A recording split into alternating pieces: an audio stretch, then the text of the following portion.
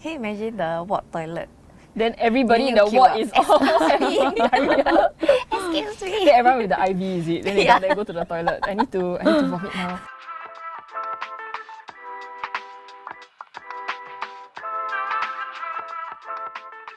Hi, welcome to Perfectly Imperfect Health. I'm Candice. And I'm Felicia. So Felicia, when was the last time you had food poisoning? Quite a while ago, but I do have a very interesting story to share. Okay. So my friend, back then, she just started dating this guy. She got food poisoning. She was hospitalized. So this guy went to a hospital to visit her. But oh my god, she cannot tahan. Like she couldn't hold it in. It was Wait, like it's on top or below? below. Oh my god. Yeah, right in front of him. Right in front of him? Yeah, then he had to help her clean up. Yeah, so Are they still together? yes. Oh! Fortunately, they're married. Oh my god, already. then that is Yes. like a true love moment. Yes. Like so today's topic is about food poisoning because I think recently there's been a few cases, right, of like mass food poisoning or very severe food poisoning cases. So today we have with us Dr. Lim Wan Tin, Senior Consultant from the Department of Internal Medicine to tell us more. Yay, Welcome. Welcome. Thank you for having me here. So, Dr. Lim, when was the last time you had food poisoning? Oh, actually, that's very long ago. Yeah, I was really in my primary school days. Primary school Wow. days? Yes, in the food canteen, yeah. But is it because like you're a doctor, right? Particularly in like internal medicine, so you know like, oh, I've got to be very careful. I I'm watch not what sure I whether it's eat. because of that, but definitely there is certain red flag food that you should be very careful about. But I mean, I still eat things like sashimi, raw food and all that, steamboats. Oh, so those are like the red flag food, is it? Sashimi, steamboat. Not really, but there are food hygienes that you have to take care of when you are eating, like, for example, steamboat. Yeah. Oh, like But what do I have to be worried about? Because like technically to me lah, like you know the steamboat is like boiling hot, right? The yeah soup, then whatever raw food I cook in, maybe kill the germs. yeah, it will already. kill the germs. Yeah, but sometimes we don't actually go and check the temperature of the food. But and all boiling that, not right? enough meh? Boiling, you have to make sure that the food is boiling. Sometimes they Oh. do add on soup and all Oh, that, yeah, right? yeah. And then you have to make sure that it's boiling first before you cook your food. And sometimes Oh, I during cannot like let it like boil together with my food, like together at the same time. you Cannot can, heat but up you just have together. to make sure that the food that you put in is adequately Reaches cooked, the- reaches a certain kind of temperature for the boiling food. Yes. Yeah, and also different kind of ingredients that you put in, right? Certain meat and seafood technically usually needs a longer time to cook, so you have to make sure that you put in adequate time and before you take it out. And also, like if thicker piece of meat, you need a longer time as well compared to like thinner piece of meat, for example. Or like the shabu shabu. Yeah. For like steamboat, right? Then personally, I find it very troublesome when I have to use the. You know, they always Yeah, got the the other pair shape. of chopsticks for you Yes. to put the raw food, right? Yeah. I find it so troublesome. So what Yeah. I'll do is I'll just use my regular chopsticks, right? Then I will like Boil the my chopsticks chopsticks in. before Yeah, I does it use work? it to eat. Can or not? So you need to boil enough time lah.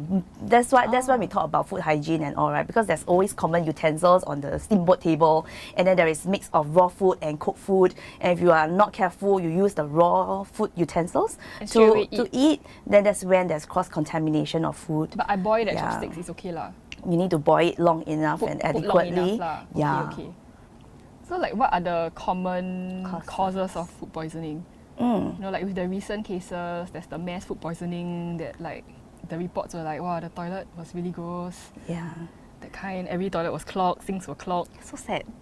So usually there are common organisms, things like E. coli, Salmonella, Vibrio, Listeria, and all that, that can cause food poisoning lah. Usually it's cross contamination during the food preparation processes, through the food handling, and also the storage of food as well. Storage Yeah. meaning like after it's cooked already, then before it's like being served or delivered, then Yeah, usually they'll put like consumed by within how many hours, right? Because food that is left outside of the refrigerator shouldn't be kept outside for too long lah. but then if I like say if I, because sometimes you want to like if you have cooked a lot lah, then you want to store a leftover portion for the next day, right? Then we can't just also like put the hot food directly into the fridge, right? It needs to cool down a little So bit. proper storage of food is very important also. So if the food is very hot, you need to cool it down first before you put it into the fridge. And then putting it into the fridge, you also have to make sure that your fridge is like not overcrowded. If not, it will affect the airflow. The temperature might not be at the right temperature. Oh, so because it needs to be low enough. yes. So food, if it's not cool, and store properly can also turn bad in the fridge itself. So whenever you take out like the food from the fridge, right, always have to make sure the look, the taste, the texture, the smell and all that is okay, yeah, before you reheat it lah. And also when you reheat food, always have to make sure that it's adequately reheated. Oh, and it's like Heat evenly, enough. right? Yes, yeah. I think you don't need to worry, your fridge inside only beer, only drinks. You're fine. So usually for food poisoning, how quickly or delayed will the symptoms show up? Yeah, so it can happen as fast as within an hour to up to 6 1 hour? hours of ingestion. Yeah, so it depends on the amount of toxins that you ingest and the amount of toxin that's within the food itself, the contaminated food itself. Yeah. How 1 hour Oh, is but very quick. 6 hours is... Then it will But be because harder 6 hours for you feels to like it's tell. already digested. Then like it reach your stomach, then it's like, hi, I'm here. Then But because sometimes when you have food poisoning, you got diarrhea for example, then immediately you think what was the last meal that I had. You wouldn't like go and think like 2 meals ago. So 6 hours probably is like no, Usually it's the 6 last 6 meals is lah. 1 meal. 6 hours is 1 meal ago. What? Yeah. Oh, for you, for you, You take sorry. frequent meals. For you, mine is 1 meal ago. okay. But is it like so? I don't know. I had this thought, right? I'm not sure whether it's accurate. But then, so after I eat something, then like depending on where it is in like my digestive tract, where it triggers, it will either result in vomiting or diarrhea. Like if it hits me like here, then it will be a vomiting situation. Whereas if it like digests a little bit already, right, then it's a diarrhea situation. Usually it's a common Is it correct? symptoms to have It's not like it vomiting, doesn't matter diarrhea, lah, which abdominal end. cramp. So okay, so it doesn't matter. But does it matter like which like cause it is? Like you were saying like Salmonella, E. coli. Do they all give like the same symptoms or Yeah, commonly they some- cause similar symptoms. or some will only be like vomiting? Most of the time you can have vomiting, abdominal cramps, diarrhea. Yeah. But actually, usually when I got food poisoning, touch wood, only below come out from below. Oh really? I got Yeah. both before. I Very think. rarely. So there's a difference between food poisoning and also what we call stomach flu or gastroenteritis. Yeah, lah. that's what I wanted to ask. Okay, Yeah. So what's the difference? So the difference is that they are actually distinct causes to this, and very much that the symptoms overlaps. The onset as well as how long the diarrhea or vomiting and the symptoms actually last will differ as well lah. Yeah. So usually food poisoning is you are very clearly there's ingestion of food and then 1 to 6 hours later you start to develop all these symptoms. Whereas gastroenteritis can happen later on, like 12 to 24 hours later, and is usually caused by contamination of food due to viruses. Common organism will be things like your norovirus, rotavirus, and these are the common bugs that spreads around in childcare as well. Oh. Yeah. So for stomach flu, it can be contagious, unlike food poisoning, whereby it's due to the inciting food lah. Also, food poisoning is like, say, if we eat the same thing, then likely that we will get the same. Yes. But then stomach flu is like, if I only ate this, but I can pass it to Yes, someone you can else pass it to lah. someone else. So the example that we give for the steamboat, right? If there's somebody who is not well and you kind of share the utensils or the contaminated food with never them, boil long you enough can lah. potentially get the gastroenteritis or we call it stomach flu later on. But how would we be able to tell? Or like which it is it? Yeah. Okay, so usually for food poisoning, it should resolve within like 12 to 48 hours.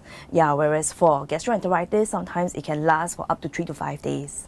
Oh. Yeah. So actually 12 to 48 hours, that's not too bad. Yeah, It's quite Yes. fast. Yeah. So most of the time for food poisoning, it's self-resolving. So you actually don't need to see a doctor for food poisoning. Just have to make sure you adequately hydrate You yourself. just need to like purge it out, is it? Purge it Is that out, the but at the purging same process? time, you still need to take enough hydration and water. Oh, yes. only hydration. What about medication? Yeah, Should so if the go symptoms pills. is really intolerable, then yes, you can take some medications to help to like relieve the painkillers, symptoms. that kind. Usually not painkillers, but Like for anti-diarrhea stomach pain, medications. stomach pain? Yes, cramping medications as well. Yeah. But But most importantly is usually- to make sure well hydrated lah. Oh. Yeah. So you know, like the old folks' tale, they say if you diarrhea a lot, you just add a little bit of salt in your water and drink. Oh, yeah, Is yeah, it yeah. myth or fact? Yes. You need to replenish the salt that is lost in your vomiting as well as the diarrhea as well. But there are other Oh. electrolytes that's important as well, things like potassium and all. Yeah, so your salt might not adequately replace those as. But better than just plain water, is it? If you are vomiting and diarrhea not too much, actually normal water is sufficient. Oh, yeah, it's but if only it's if really it's very like- profuse, sometimes if you see a doctor, they will give you oral rehydration salt. So it has all the electrolytes and all that you need to replenish lah. Or like your electrolyte powder, that kind also Yes. can like for your sports drinks type, right? Okay. But then so like we can like self-medicate, take care of ourselves at home, right? But at what point do we need to see a doctor? Because for example, like in the recent cases, it was so severe that they had to go to the hospital. Yeah. Partly because it was mass food poisoning lah, and the media starts to come in and then to make sure everybody is well, because it's a very big group, so they kind of channeled them to the hospital. But most of the time, food poisoning at home and all that, you really don't need to see a doctor for it, just to make sure adequately hydrate. The only problem is that sometimes with the profuse vomiting and the diarrhea, you really cannot take in enough fluids. That's when you start to develop symptoms of dehydration, like lesser urine, darker urine, or you start to feel dizzy and excessive thirst. Yeah, and you can't keep the water down. That's when you should see a doctor to give you some medications to stop the diarrhea and the vomiting, and also maybe some oral rehydration salt as well. Yeah, so can see teleconsult or the GP or the polyclinic. I think they will have all these medications to help. So actually, even if I go to the hospital, what they give me will also be like Yeah lor. oral We rehydration call it tablets. supportive treatment lah. Yeah, supportive management with adequate with dripping to give you the water content as well as some salt. So it's not so much like to A cure cure. me of the. It's not to cure you. So it's just to Symptom make sure relief. that like I Yeah. am not dying of dehydration while I am vomiting. Yes. It's either you vomit at home or you vomit at the hospital. I think maybe your home toilet maybe more comfortable. conducive, more comfortable, conducive yes. for the diarrhea maybe. Yeah lor. Yeah. Can you imagine the ward toilet? Then everybody in Then the you ward queue is up. all having diarrhea. Excuse me. Then everyone with the IV, is it? Then they Yeah. go to the toilet. I need to vomit now. Okay. So, if it's food poisoning and it's not severe, it will be better to recover from home lah. Yes. Just as definitely. long as we stay hydrated lah. That's the most Yes. important thing. Yes. But oh sorry. Yeah, go ahead. Are there any instances where actually like the symptoms can be even more severe than just diarrhea and vomiting and Yeah, nausea? so I mean, if the symptoms persist for more than 5 days, or you have like high fever more than 38 degrees, abdominal cramps despite like the vomiting and diarrhea that has since resolved, or any blood in the stools, Oh, those blood in are your stools. Yeah, so those are like reflex symptoms that you should seek medical attention lah. Yeah. Blood in your stools, is it because of your intestines, like your internal organ? Is Usually it certain because infective the bugs. rectum is Oh, like abrasion? too sore, too sore from the activity. Yeah. Yeah, I mean, if it's mixed with the stool, those are the alarming ones lah. Yeah. Oh, okay. So like other than vomiting or that, are there any more severe symptoms that can happen? Yeah, so if the fever is persistent, the diarrhea is persistent, then it's good to seek medical attention, especially because we worry that if the bacteria goes to the bloodstream and cause bloodstream infection, then that can be life-threatening and Bloodstream infection. yes. Yeah, so I mean the common organism that can cause food poisoning will include all your bacteria, your viruses and all that, including parasitic infection, yes. So if the bacteria goes into the bloodstream through translocation from the gut, it can cause bloodstream infections. Yeah, there are certain very potent ones. So not sure whether you guys are aware, but a few years ago we had the raw fish Oh yes. yes. porridge infection. I love that. Though. Yeah, but it's now been banned from in Singapore. It's for your safety. It's for your safety. Yeah. Yeah, so that one caused this organism called the group B strep infections in the bloodstream, and that lead to very life-threatening infections. So that one you need actually antibiotics treatment. Also, that one is not like a situation of like we can self-resolve it lah. Yes. That one really need to. Yeah, go so if see- your symptoms are persistent with high fever, persistent symptom not going away, you would want to consider seeing a doctor to properly assess. Persistent means More than 5 days? 5 days. Then what is high fever? Because I think previously you mentioned there's like a range Like high fever will be things like above 38. above 38 yeah. degrees. Okay. So then, if it gets into our bloodstream, right? Like, cause I think in the case of the raw fish porridge one, then it's like, is it he had to like Oh, yeah, amputate, yeah. right, or something? The lean. Yeah, so with bloodstream infections, the worrying thing is it seeps to your organ. Yeah, and it goes to your kidneys, your liver, and it causes your blood pressure to go to very low. For that, we need antibiotics, sometimes even medications to try to boost the blood pressures. Yeah, so that is what we mean by the life-threatening so kind when of you say infections. it gets to like our organs, like kidney, liver, so it can cause like organ failure. Yes, In the worst case, like if we don't go and get help for it. if you don't get antibiotics for it, yes. Okay, gotta be careful about the raw fish. Oh, but so good. I think Japan, is it Japan? Somewhere else, they still have it. I think so. Yeah. Maybe Malaysia. But like we said earlier, any raw food will have its risk lang. And because we don't know how the food handlers handle the food, the whole food chain processes and all, so it's always good to eat at reputable places, licensed places, where you know like the food sources also come from reliable source. Yeah. But it is like quite common. Okay, for example, we know that raw food, we need to be more cautious. Moldy food, don't take it. But for other food that you can't really tell, is there Like any you can't look at it. Like when you look at it, you can't tell whether you it's can't spoiled or tell. not Is spoiled. there, unseen signs that we need to take note of? So there are certain high-risk food lah. So we mentioned about raw food.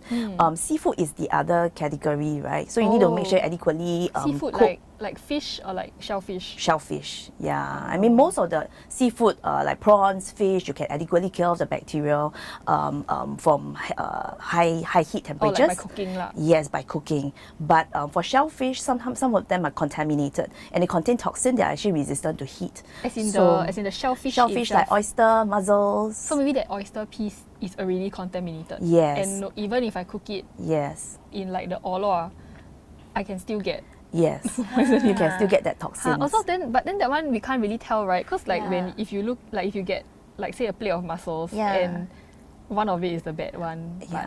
But you kind of know that shellfish has its risk long. Then These are the so- high risk food that we just mentioned. But Yeah. how do oyster we, must eat raw, right? Yeah, then how do we like We can't tell lah. That one is like luck of the draw. If you take that one piece that is like Yeah, so again, need to take from like reliable don't sources. eat at a dodgy place lah. Yes, from reputable restaurants, usually they will they will get their shellfish sourced from reliable Raw. source. Yeah. I see. Yeah. Then are there any other foods that are more dangerous? More, okay, maybe not dangerous, riskier. I guess the ready-to-eat food, because again, going back to the food chain process, right? The food handling and all that is very important. I always buy those like ready-made Oh, like you mean like those sandwiches. onigiri kind, is it? Yeah, then I heat it up, but then I am impatient. I don't want to wait, so I just heat up a bit. Then like the outside is warm. Nice Oh, but and the warm, inside then still eat, cold. yeah. Yeah, so the Oh, ready-to-eat food sometimes, or the salads, if they're not washed properly, there's always that risk of contamination during food handling process. Ready-to-eat sandwiches and all, also again, make sure you look, smell, the texture of the food and all that should still remains. And then like leftover food And also taste lah, as like, well, Is taste. it like our own leftover food that Yes. we say we keep for the next day? Yeah, so I have to make sure that it's adequately reheated before we eat. And also, if you have any leftover from the reheated food, then don't reheat it again, just discard it. Oh, so that Yeah, means yeah. at most we Reheat heat only once. one time lah. Yes. Don't reheat, then cannot finish again, put back into the fridge for another day kind lah. I see. Then sorry, like about mold, right? Cause like my dad, I think it's an old man situation lah. I don't know, like these old people, I guess food scarcity in the past. I don't know. So he's like he'll be like, only got a bit of mold. I just remove the part with the cut away visible, the- just cut away. Then the rest actually still edible. Actually, it's not advisable lah. Great. Because the rest of the part of the It's food not advisable, could be it's not, contaminated. should not. Should not. Okay, that's great. Should I'll tell him. So should not lah. Should So not. actually, once the mold, like you can Starts see to the form. mold, that means the whole The thing entire- already It's contaminated has- already. Yeah. Okay, it's great to know. I can tell him because now I can throw away with ease. So, but are there any like okay, now that one was like more of like the food which is riskier, but are there any like people who are like More at higher? at Because like at the time I went to eat stuff with my friends, right? Then we were overseas lah. We ate everything the same. Just that like at one particular place, I think that's where it started. So then the four of us, only she got food poisoning, and then she was telling me that actually after the fact that like she not say regularly lah, but like quite often gets food poisoning. So is it like just like her gut is weak? I don't know. We're not sure whether it's food poisoning or is it like gastroenteritis or stomach flu as we mentioned earlier. Oh. Yeah, So unless she because the gets checked out gastroenteritis lah. could be like contamination from the surrounding environment. She touched something and then she picked up to eat food, right? So it can be could she have Could have be gotten that lah. it from that? Yeah, Rather than from yeah, the food from the itself. common food that you guys eat together. Oh. Yeah. But are there any like people who are at higher risk? Like age group. Yeah. Yeah, I feel like definitely. stomach is big, The high risk group will be the people of extreme of age, the younger age children or the elder folks, especially if they have chronic conditions, things like chronic kidney disease or their immunity is low from the drugs they have been taking.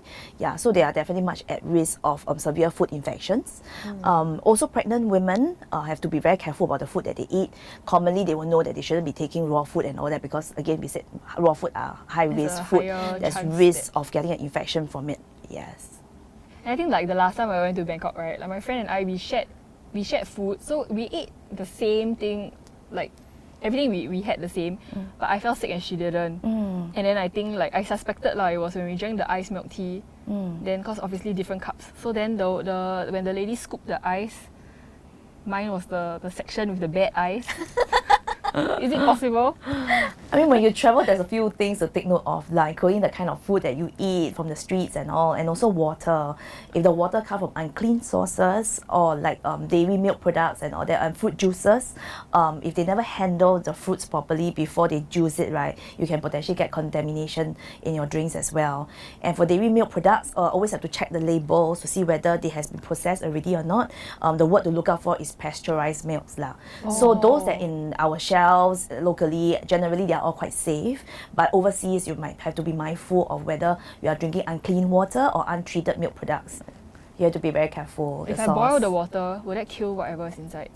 Boiling it is safer, yes. But if things like parasites and all that might not be able to completely eradicate those lah. So I should still just buy bottled water lah. If the water in that place is not potable, Yes. still safer to buy bottled water. But earlier on you were talking about fruit juice. Is it because it's not kept cold nicely or like? Yeah, it includes even like if the fruits needs to be cut, right? Whether the knives and all that are properly clean, the food handling process. Or like say they don't wear glove or whatever. Or their hands are contaminated and they touch the food. So there's always that small risk there lah. Because all these food are not cooked, right? So doing the food handling process is very important. So if you're traveling, always good to look for, proper places to eat lah. That's reliable. Or is it like just bring... Street food is the Yeah, best. street food is really nice. Yeah. So if I really want to indulge in street food, then I should just make sure I got like charcoal pills. Prepare your medications. Then for bring symptom like the relief after that. electrolyte powder. At least make sure it's worth it. Make sure like the hotel toilet, the hotel I booked the toilet very nice. Is it? Yes, you might have to take the necessary precautions. But will we be able to build up our stomach's tolerance? Oh yeah. So like that's also what my dad says. So I think it's an old man thing. No, They'll then be like, in Hokkien they will say laksa jia laksa tua. yeah. Like, you know, you train up your stomach. So Yeah. for example, that time I went with my family, right? Then like all the older generation, nobody fell sick. But then like the younger generation, then like a few of us Yeah. like got sick from the street food.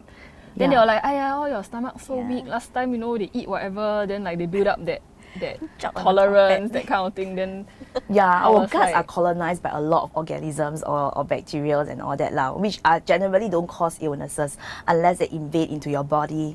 Yeah, also they're just like living in harmony in our gut. yes, So yeah. cute the way she described. yes, yeah. So those don't cause your problem, but it's those external ingestion of gut organisms that can cause you So I to fall cannot sick. train my gut to be stronger lah. I cannot like say get a few times food poisoning. Yeah. Then like, you know, I build up. There is the many different immunity. bacteria and viruses. Yeah, some can be very serious. I don't think you want to build that kind of immunity lah. Yeah. But is it even buildable in the first place? Your body can develop antibodies, yes. Yeah, but all these but I bacteria don't want and to try all, in you the- can get multiple times of the same infections. Oh, so it's not Yeah. like dengue where like after you get build one it. strain, then you are like No. self-protected from that No. strain. No. But would there be any, say, like long-term health problems from food poisoning? Is it possible? Generally, no. Yeah, no long-term consequences. Unless, touch wood, like the bloodstream infection that we talk about, that leads to end organ failure, and then the complication from that because of amputation in your distal limbs and all. Yeah, due to the effect of the infection plus the medications that has to be given to save their lives. Yeah. Okay, so before we wrap this out, do you have any final takeaway for our listeners? Yeah, okay, so most food poisoning are really self-limiting and it doesn't have any long-term health consequences.